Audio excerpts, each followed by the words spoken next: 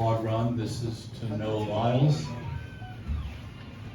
I'm over to the left now. Back in February, over this side. My left, your left. You're my right. I'm hiding. Back in February, you told us you're going to do something special in Budapest. Do you think you've achieved most of that? I definitely do. I definitely do. Just reached the level that I believe 5 other male sprinters have ever achieved. Just became the double world champion. Still running fast. Ran against an amazing field in both sides. And shoot. What a world championships. Okay, next question, please. Noah Francis, track and works. My question is to Noah Lyles. Noah Lyles, you're the first man to win the under 20 100 meters and also come and win at the senior. And you have won a sprint double. Tell us how you're feeling about this accomplishment. The double is done. It's done. It's alive. It's thriving. Shoot.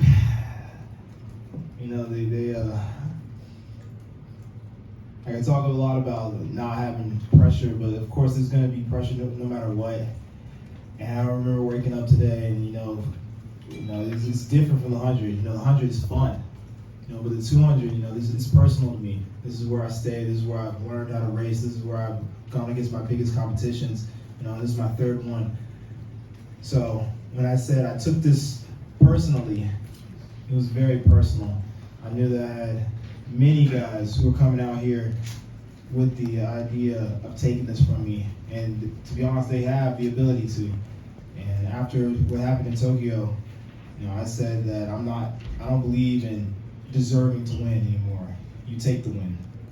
And today I had to take that win again. Because just because I won it 2 years in a row does not mean that it belongs to me.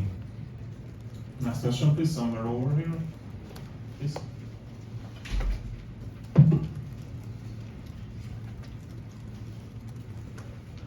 I won't make it long, I promise you. So, Noah, are you so excited for this Netflix documentary now that you just pulled off this double? Hey, all I know is they weren't talking about me in the beginning of that documentary. But as soon as I won in Paris, they got real buddy real quick. So I think it went from a docuseries about the fastest people, and then it turned into a docuseries about me. So I think I got 2 docuseries coming out. Next question, please. Yeah, Anderson Emerald, the final leg here. So question for Erriyon. So 3 world championship, or well, Olympics, world champions, 4 champs, 4th, 3rd, 2nd. What's something you've learned every single time you've come to the top, you know, the championships here? Well, the main thing I learned is just to come on the line and just be ready to run because, like Noah said, I mean, people in every other lane just want to claim the first spot, and me, I just want to be able to claim that first spot and be able to get on the podium. So, for me, it's just experience every time I get on the track. Next question, please. Over here. Hey Noah, Eddie Pels from AP, congrats. I know the win is the biggest thing. You have brought up times in the last couple of weeks. Wondering just what your reaction was when you saw the time. I mean, it's been an exhausting week, so. Yeah, of course I wanted to be faster. You know, I at least wanted to break the American record again.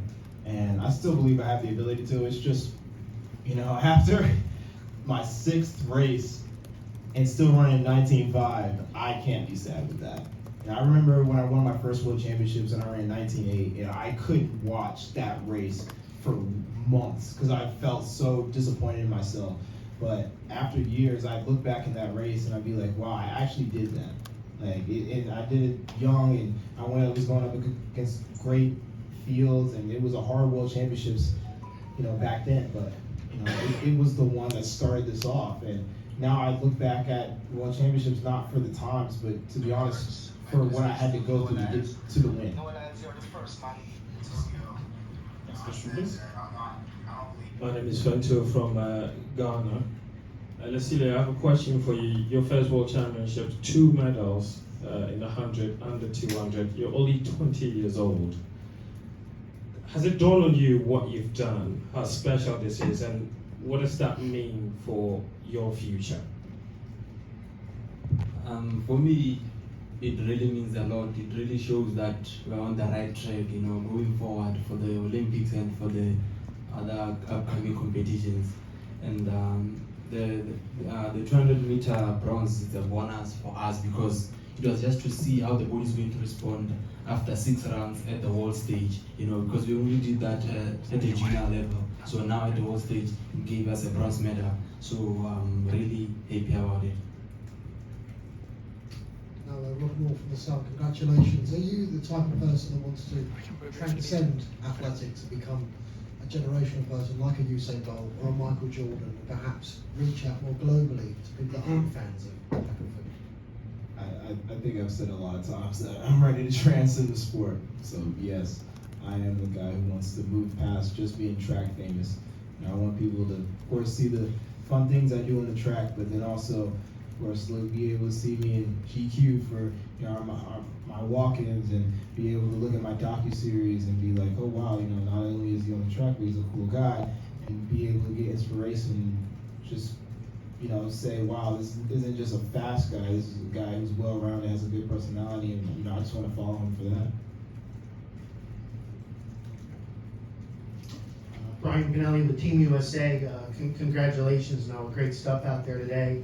Kind of building on that last answer, you've also said that medals are obviously important, but they're also a stepping stone, a catalyst to doing more for the sport. Not just personally, but for the sport itself. Can you be a little more specific about what you'd like to see happen in the sport? What can improve, and what can you do to help foster that change? I don't think we got 3 hours to talk about that. Let's just say it is a conversation every day that I have with my agent on how we're gonna better this sport. But to go back to the beginning of your question, yes, the medals are first, because if you don't have the medals, who's gonna want to pay attention to you? And then after you get the medals, then you get the times, and then more and more people gain interest, and now you start being able to go after it into different directions. Of course, you can go into the nails, you can go into hair, you can go into fashion, you can go into music, you can start collaborating with other people, you can start getting, meeting bigger and bigger athletes, and then from athletes you go to artists, and from artists you just go to the world, and now you have connections, and everybody's just like, oh wow, he knows him or her, and they all are connected. It's just like, you want to keep up with everybody, and just being in that crowd just boosts the whole idea, because right now the bar is low. It's low. I mean, it's low. Come on, guys. As I look around this World Championships, I don't see Bolt, I don't see Asafa, I don't even see Johan. He's still running. Where are all these great champions as we look at them and we're walking through the tunnel at all these previous world champions? Why are they not here? Why are we not inviting top level athletes to come watch a world championship? The thing that hurts me the most is that I have to watch the NBA finals and they have world champion on their head. World champion of what? The United States? Don't get me wrong. I love the US at times, but that ain't the world. That is not the world. We are the world. We have almost every country out here fighting, thriving, putting on their flag to show that they are represented. There ain't no flags in the NBA. We gotta do more. We gotta be presented to the world. Thank you.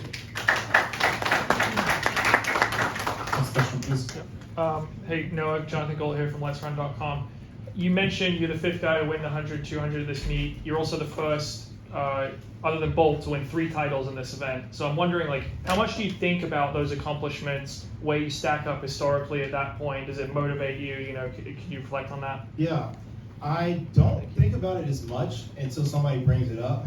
And at first I'm like, okay, that's cool. But then I start to think, okay, knowing that information, what can I do with that? Is that useful information? Can I, tell the track world, and would they get excited? And if they don't get excited, okay, but if I told the rest of the world that, would they get excited? And usually the answer is yes. And it's funny because in the track world, we get excited about the times and the great races, and I love the track community, but we can only do so much within our own bubble. There's again a whole world out there, and there's some things that they just connect to. The Olympics and Usain Bolt is something they connect to, and connecting what you do to somebody who they love helps bridge that gap. And then they're like, oh, okay, he did this, so he must be really good. Or even when I broke Michael Johnson's world record last year, people know me because I broke his record. It's not so much the American record, it's like you broke his record. He did something so great in the US at that time that people just remembered him so well for it. People don't even know track. Know Michael Johnson in the Golden Spikes in Atlanta, And that's where you try to find those connections to be like, okay, this is information I can use. I just need to know where to put it. David Woods with DISTAT. This is also for Noah. I'm wondering if you were harmed or impaired at all after the golf cart collision yesterday. Thankfully, I'm fully healthy.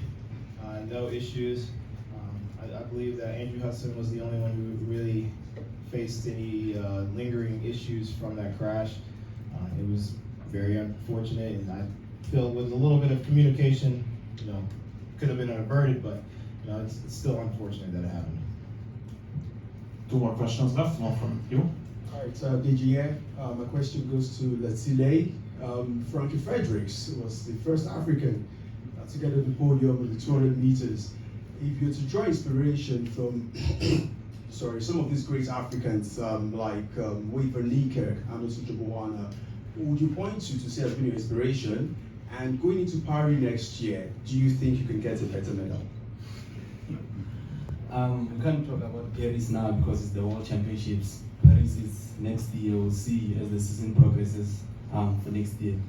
I'm watching Wade, and I haven't watched Frankie Fredericks, so I'd say I took the inspiration from Wade for doing what he has been doing for the past years. It really kept me going. Every time I got into my training ground, I remember I'll tell myself, if Wade did this as a neighbor to our country, I can also do it. And then here I am.